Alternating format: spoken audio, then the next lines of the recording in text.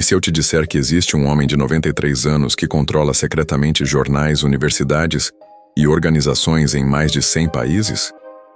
Um homem que já lucrou US$ 1 bilhão destruindo a economia da Inglaterra em um único dia e que agora gasta 32 bilhões financiando a legalização de drogas, o desarmamento da população e a mudança radical de como sociedades inteiras pensam? Se o homem não é ficção, ele é George Soros, e o que você está prestes a descobrir sobre sua verdadeira agenda vai chocar você. Porque enquanto ele se apresenta como um filantropo benevolente, documentos revelam uma rede de influência tão poderosa que rivaliza com governos nacionais. Hoje, vamos expor os segredos por trás do maior projeto de engenharia social da história moderna, um projeto que está acontecendo bem debaixo dos nossos narizes e que poucos têm coragem de questionar publicamente. A história de George Soros começa de forma dramática em 1930, em Budapeste, Hungria, onde nasceu com o nome György Schwartz. Sua família judaica enfrentou uma das páginas mais sombrias da história humana, o Holocausto. Para sobreviver, a família foi obrigada a mudar de identidade, adotando o sobrenome Soros. Essa experiência de sobrevivência em tempos extremos moldaria para sempre sua visão de mundo e suas futuras estratégias. Aos 17 anos, Soros emigrou para Londres, onde estudou na prestigiosa London School of Economics. Foi lá que encontrou seu mentor intelectual, Karl Popper, o filósofo que escreveu A Sociedade Aberta e Seus Inimigos. Popper defendia que sociedades abertas, aquelas que permitem mudanças através do debate e da crítica, eram superiores às fechadas, dominadas por dogmas. Essa filosofia se tornaria o DNA das futuras operações de Soros. Em 1956, aos 26 anos, Soros cruzou o Atlântico rumo a Wall Street. Mas não era apenas outro jovem ambicioso. Ele carregava consigo uma teoria revolucionária que mudaria para sempre sua forma de enxergar os mercados financeiros. Soros desenvolveu algo que chamou de teoria da reflexividade, um conceito que poucos compreendiam na época, mas que se tornaria sua arma secreta. Segundo esta teoria, os mercados financeiros não apenas refletem a realidade econômica, mas também a moldam através das percepções e expectativas dos participantes. Em outras palavras, se você conseguir influenciar como as pessoas pensam sobre um mercado, você pode literalmente criar a realidade que deseja. Einstein uma vez disse que a imaginação é mais importante que o conhecimento, e Soros provou isso ao aplicar sua imaginação teórica aos mercados práticos. Ele percebeu que os mercados são sistemas complexos onde a psicologia humana desempenha um papel fundamental.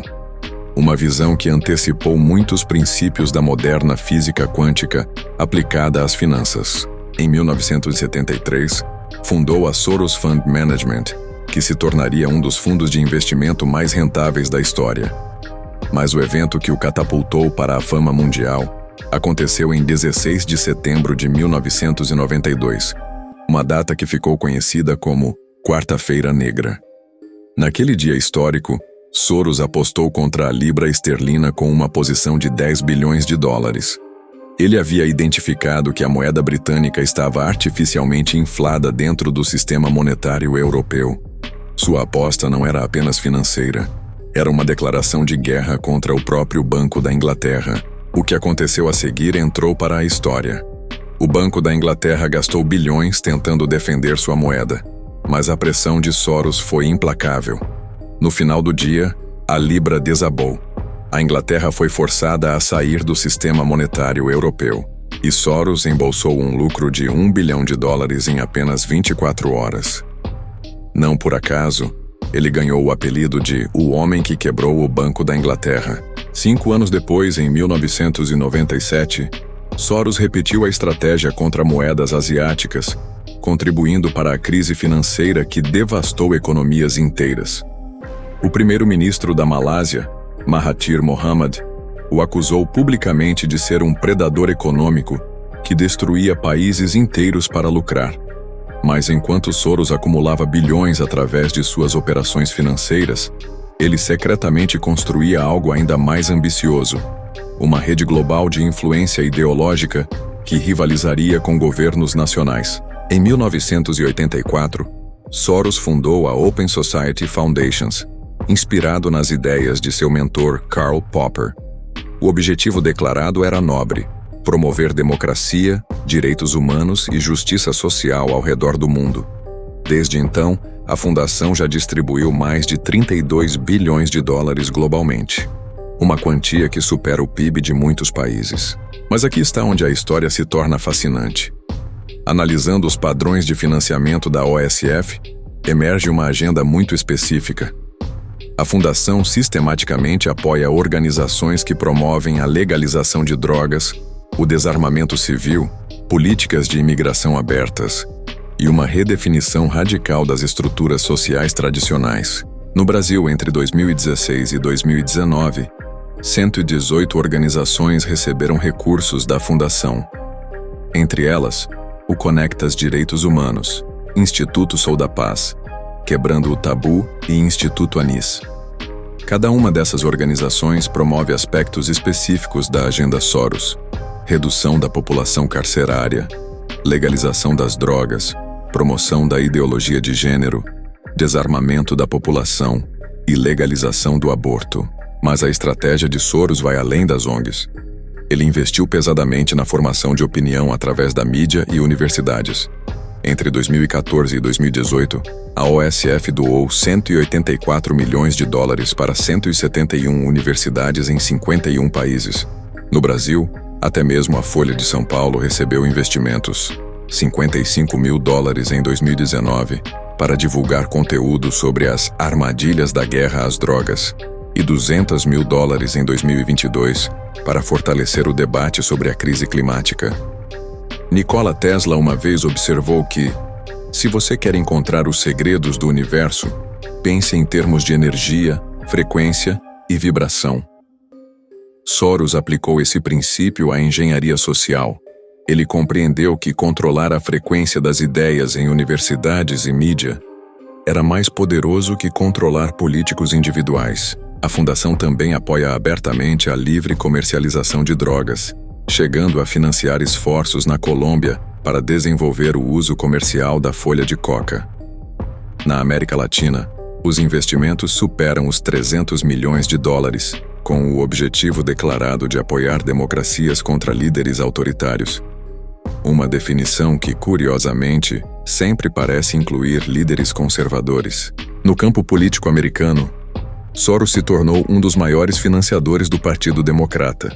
Ele gastou 27 milhões contra a reeleição de Bush em 2004, apoiou Barack Obama em 2008 e 2012, doou mais de 22 milhões para Hillary Clinton em 2016 e desembolsou 70 milhões para eleger Biden em 2020. Em 2021, transferiu 140 milhões para candidatos democratas e 60 milhões para instituições de caridade progressistas. Esses números revelam uma estratégia consistente. Soros não apenas investe em candidatos, mas em ecossistemas inteiros de poder que perpetuam sua visão ideológica. É como se ele tivesse descoberto que a democracia moderna pode ser hackeada através do financiamento estratégico de múltiplas camadas de influência. Em 2023, George Soros, aos 93 anos, passou a presidência da Open Society Foundations para seu filho Alexander Soros, de 37 anos. Alexander, formado em História com PhD pela University of California, fez uma declaração reveladora. Afirmou ser mais político que o pai, mas que ambos pensam igual. Ele manifestou preocupação específica com as eleições americanas de 2024, indicando que a fundação terá um papel financeiro relevante contra a possível eleição de Donald Trump. Isso levanta uma questão fundamental. Estamos testemunhando a institucionalização de uma dinastia de influência global que transcende ciclos eleitorais e fronteiras nacionais? Quando analisamos a trajetória completa de George Soros, vemos muito mais que um investidor bem-sucedido. Vemos um homem que compreendeu que na era moderna, o verdadeiro poder não está em controlar exércitos ou territórios, mas em moldar como as pessoas pensam sobre questões fundamentais da sociedade. Sua estratégia é simultaneamente simples e genial: identificar pontos de pressão social, financiar organizações que promovam mudanças nesses pontos e criar um efeito dominó que transforma sociedades inteiras.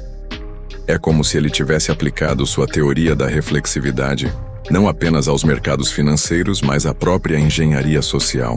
Isaac Newton disse que, se vi mais longe, foi por estar sobre ombros de gigantes. Soros construiu seu próprio exército de gigantes intelectuais e institucionais, criando uma rede de influência que opera em escala global com uma coordenação que governos nacionais invejam. Mas aqui está a pergunta que poucos ousam fazer. Em um mundo onde a democracia deveria representar a vontade popular, é saudável que um único indivíduo tenha o poder de influenciar políticas públicas em dezenas de países através de sua fortuna pessoal?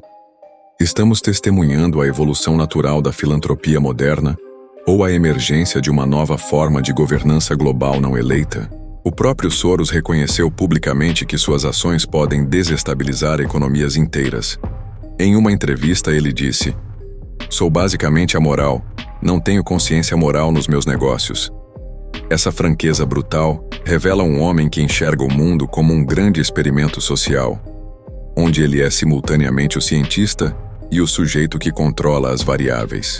Com Alexander Soros assumindo o controle da Open Society Foundations, entramos em uma nova era. A segunda geração da dinastia Soros promete ser ainda mais politicamente ativa, com recursos que continuam crescendo e uma agenda que se adapta aos desafios contemporâneos. O que torna essa história ainda mais fascinante é que ela está acontecendo em tempo real. Enquanto você assiste este vídeo, a rede Soros está ativamente financiando organizações, influenciando debates públicos e moldando políticas ao redor do mundo. É um experimento social em escala planetária, conduzido por uma única família, com consequências que ainda estamos começando a compreender. A verdadeira questão não é se George Soros é um vilão ou um herói. Essa é uma simplificação desnecessária. A questão real é: que tipo de mundo estamos criando quando permitimos que fortunas privadas tenham mais influência sobre políticas públicas que os próprios cidadãos através de seus votos? E se você gostou desse conteúdo, já está na hora de começar a nos seguir aqui no canal Sabia Dessa? É só clicar no botão abaixo para se inscrever e ficar por dentro de tudo o que acontece de curioso ao redor do mundo. Agora fique com esse próximo vídeo, que está aqui na tela. Nos vemos lá.